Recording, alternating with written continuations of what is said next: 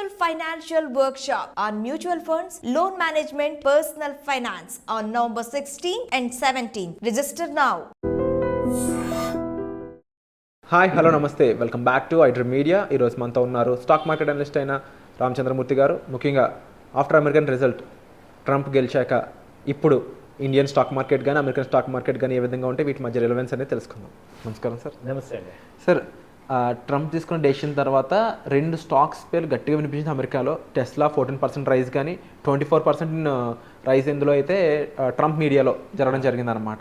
అయితే వీళ్ళ పర్సనల్ బెనిఫిట్సే కాకుండా ఇక ఓవరాల్ స్టాక్ మార్కెట్ పరిస్థితి ఏ విధంగా ఉంది రెండు కంట్రీస్లో తీసుకుంటే యాక్చువల్గా ట్రంప్ గెలుస్తారు అని గెలిచే ముందు వరకు కూడా ఎవరూ ఎక్స్పెక్ట్ చేయలేదు. అయితే ఏంటంటే అమెరికన్ ట్రెడిషన్ ఏంటంటే వాళ్ళు ఫస్ట్ ఉమెన్కి వాల్యూ అంటే ఫస్ట్ ఉమెన్కి ఇవ్వరు అనేది మళ్ళీ ప్రూవ్ అయింది. గత 200 సంవత్సరాల అమెరికా చరిత్రలో లాస్ట్ టైం హిల్లరీ క్లింటన్ చాలా నెక్ వచ్చారు, వాళ్ళేమో ఈవిడ చాలా నెక్ వచ్చారు హ్యారిస్. బట్ వాళ్ళకి ఏంటంటే ఇంకా మ్యాన్ డామినేటింగ్ కంట్రీనే అని ఇది అవుతుంది. అదొకటి మేజర్ రీజన్ అనిపించింది ఒకసారి కనుక చూస్తే. అయితే ఏంటంటే వీళ్ళు చేసిన మేజర్ మిస్టేక్ ఏంటంటే ఈ డెమోక్రాట్స్ ఆల్టర్నేటివ్ ఇమీడియట్ గా చేయలేకపోయారు, రిప్లేస్మెంట్. సో బైడెన్ ఎప్పుడైతే ఆయన జ్ఞాపక శక్తి లేక అక్కడ మాట్లాడలేకపోయారు, ఇమీడియట్ ఆల్టర్నేటివ్ లేకపోవటం, అంత పెద్ద డెమోక్రాట్ లో ఇంకా ఎవరూ లేరా అనేది ఒక ఇదనమాట. దాన్ని కమలా హ్యారిస్ కూడా మాక్సిమం ఆవిడ చేయాల్సినదంతా చేసింది, కానీ ఈ ఒక్క 1% అక్కడ విషయం తప్ప ట్రంప్ గెలవడానికి ఈవిడ ఓడిపోవడానికి ఆ ఒక్కటే డామినేషన్, పెద్దగా వేరే రీజన్స్ లేవు. సో ఆ లేడీస్ డామినేషన్ ఇంకా వాళ్ళు యాక్సెప్ట్ చేయలేని పరిస్థితిలో ఉన్నారు. బట్ ఆల్రెడీ ప్రూవ్డ్ ఏంటంటే డెమోక్రాట్స్ చాలా పాజిటివ్గా ఉంటారు గ్లోబల్ వైజ్ అంతా కూడా. ఇప్పుడు రిపబ్లికన్స్ ఆయన స్టేట్మెంటే అమెరికా ఫస్ట్ అనేది స్టేట్మెంట్ అయింది. అంటే ఎప్పుడైనా బిజినెస్ మ్యాన్ యాక్చువల్లీ జనరల్గా business mans they think them self first, definitely. So అలాగే అమెరికాని ఫస్ట్ అంటారు. ఇలా అవటం కూడా ఒక రకంగా ఏంటంటే కొత్త రోల్ వస్తుంది. ఎందుకంటే గత 4 ఏళ్లలో రిపబ్లికన్ డెమోక్రాట్స్ అందరూ జనరల్ గా వారికి అగెనెస్ట్, కానీ వీళ్ళ హయాంలో 2 వార్లు కంటిన్యూ అయ్యాయి. అవును, స్టిల్ లాస్ట్ 2-3 వీక్స్ బ్యాక్ మనం చూసాం ఎంత ఎఫెక్ట్ అనేది మనం ఇబ్బంది పడ్డాం అనేది. అవును, కాబట్టి ఈయన రావటం వల్ల ఏమందంటే ఈ యొక్క వారు తగ్గే అవకాశాలు కనపడుతున్నాయి. ఎటు కూడా ఎందుకంటే ఈ వారు వల్ల అక్కడ ఇన్ఫ్లేషన్ బాగా పెరుగుతుంది. మెయిన్ ఓడిపోవడానికి ఇంకో రీజన్ అన్ఎంప్లాయ్మెంట్. ఈ రెండింటిని నేను అడ్రస్ చేయాలి ఇప్పుడు. కాబట్టి ఏంటంటే ఎంప్లాయ్మెంట్ రావాలంటే వార్స్ ఆగితే కానీ కొంచెం వరల్డ్ అంతా పీస్నెస్ రాదు.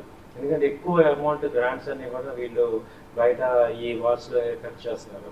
సో అది ఇక్కడ ఖచ్చితంగా ఆగే అవకాశం ఉంది. రెండోది ఏంటంటే ట్రంప్ ఆల్రెడీ ఆయన మనం లాస్ట్ టైం చూసాము ఆయన అడ్మినిస్ట్రేషన్ అంతా కూడా. సో అలాంటి టైంలో ఏంటంటే ఈ యొక్క వీసాలకి కొంచెం బాగా ఇబ్బంది పడతారు ఇండియన్స్ కానీ అవుట్ సైడర్స్ కానీ. సో H1B వీసాలు ఇవన్నీ కొంచెం ఇబ్బంది అయ్యే అవకాశాలు ఉన్నాయి, రిస్ట్రిక్షన్స్ పెట్టే అవకాశాలు ఉన్నాయి. సో ఐటీ కంపెనీస్కి అయితే పాజిటివే, ఎందుకంటే ఇటు ఎలన్ మస్క్ మేజర్ సపోర్ట్ ఉన్నారు కాబట్టి ఆయన కంపెనీస్ కానీ ఇప్పుడు ఎలక్ట్రికల్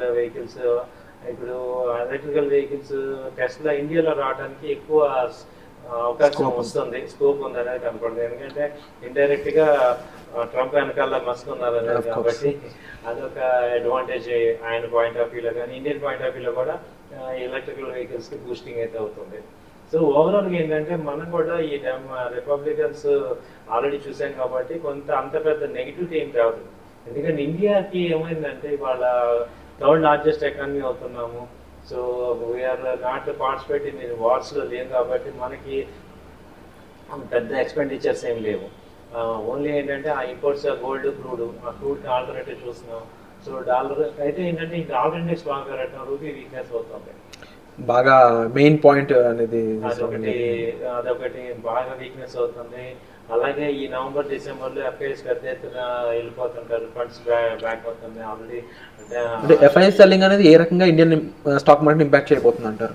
ఆల్రెడీ ఇది చేసింది, కానీ అంతకు ముందుతో పోలిస్తే ఇప్పుడు కొంచెం తగ్గింది, అంటే ఇంపాక్ట్ తగ్గింది. ఎందుకంటే డొమెస్టిక్ డిఐస్ కొంటాం, ఎస్ఐపిస్ లో అమౌంట్ రావడం వల్ల కాంపెన్సేట్ అయింది, కానీ ఒక రకంగా చూస్తే పెద్ద అమౌంట్ బయటకు వెళ్ళింది. బట్ హోప్ఫుల్లీ ఇండియన్ స్టాక్ మార్కెట్లో ఎంటర్ అయ్యే కొత్త ఇన్వెస్టర్స్ నెంబర్ అనేది మనకు హెల్ప్ చేస్తుందని చేస్తుంది. ఇండియన్ యొక్క క్రెడిబిలిటీ పెరుగుతుంది. ఈవెన్ ఎఫ్ఐఎస్ సెల్లింగ్ అయిపోయినా కానీ ఈ పాటికి 20-30% ఫాలో అవ్వాలి. అలాంటిది ఓన్లీ 10%, 8%లోనే ఆగింది. SIPs, thanks for SIPs every month. SIP of Indian retail clients యొక్క పార్టిసిపేషన్ ఇండైరెక్ట్గా బాగా ఉంది. అలాగే ఇవాళ ఏంటంటే ఆల్రెడీ ఈ లాస్ట్ 5 years నుంచి కొత్తగా వచ్చిన వాళ్ళందరూ కూడా ఈ అప్ అండ్ డౌన్స్ అర్థమైపోయినాయి, కామన్లో అయిపోయాయని. వాళ్ళు ఎక్కువ మంది క్యాష్ సెగ్మెంట్లో ఉండే వాళ్ళందరూ కూడా హ్యాపీగానే ఉన్నారు. అలాగే ఈ సెబీ రూల్స్ ఈ మధ్య రిస్ట్రిక్ట్ చేయడం కూడా కొంచెం ఎఫ్ఐఎస్లో వాల్యూస్ తగ్గినా కానీ లాస్లు తగ్గడం అనేది జరుగుతుంది. సో దీనివల్ల ఏమవుతుందంటే ఈ మెయిన్ క్యాష్ కాంపోనెంట్లో ఉన్న వాళ్ళందరూ హోల్డింగ్ అవుతారు తప్ప వాష్ అవుట్ అవ్వరు. ఎఫ్ఐఎస్లో ఏమవుతుందంటే ఫ్యూచర్ ఆప్షన్స్లో కంప్లీట్ వాష్ అవుట్ అయిపోతాం, మనీ కనుక మార్జిన్ అమౌంట్స్ పే చేయలేకపోతుంది. దాన్ని ఏంటంటే అది రిస్ట్రిక్షన్స్ పెట్టడం సెబీ వల్ల ఇమ్మీడియట్గా ఒక టెంపరీగా మార్కెట్ డౌన్ అయినా కానీ లాంగ్ రన్లో పాజిటివ్ అవుతుంది. అందుకని ఏంటంటే ఇవన్నీ కూడా మార్కెట్ ఫాలో అవడానికి మన ఇండియన్ మార్కెట్స్ జరగడానికి రీజన్. వాటిలో ఇప్పుడు రైజ్ అవడానికి కూడా రేపు January 20 వరకు ఆయన ఒకసారి అడ్మినిస్ట్రేషన్ తీసుకుంటే ఇప్పుడు ఇమీడియట్గా ఆయన చూసేదంతా కూడా ఏవైతే ఆ బిజినెస్ ఆపర్చునిటీ చూడాలంటే ఇండియాని చూడాల్సిందే కాబట్టి ఎటు పాజిటివ్గా తీసుకోవాల్సిందే. అండ్ మెయిన్ ట్రంప్ రాగానే మనకున్న వాటిలో చెప్పాలని పాజిటివ్ అనేది Trump hates China. China markets కానీ చైనాకి సంబంధించిన బిజినెస్ కానీ he don't encourage at all. అలాంటి ప్లేస్ లో ఇండియా రీప్లేస్ చేయడానికి చైనాని ఎంతవరకు స్కోప్ ఉందంటారు? సెమీ కండక్టర్స్ లో ఆల్రెడీ మన టాటా కంపెనీ స్టార్ట్ చేశారు సార్. వాటికి ఎక్కువ డిమాండ్, మన ఎక్కువ డిపెండ్ అయ్యేది ఈ సెమీ కండక్టర్స్ కానీ చిప్స్ లో కానీ. సో వీటిని అలాగే ఈ యొక్క మ్యానుఫ్యాక్చరింగ్ లో సో ఆల్మోస్ట్ మనం ఏం చేస్తున్నామంటే ఇప్పుడు మ్యానుఫ్యాక్చరింగ్ రంగం బాగా స్టార్ట్ అయింది. సో నెక్స్ట్ కాంపిటీషన్ ఇవ్వకపోయినా ఒక 40%, 30% ఇవ్వగలుగుతున్నాం. సో దీన్ని కనుక కొంచెం మనకి సపోర్ట్ చేస్తే ఈసారికి పెద్ద ఎత్తున కాంపిటీషన్ ఇచ్చే అవకాశం ఉంది.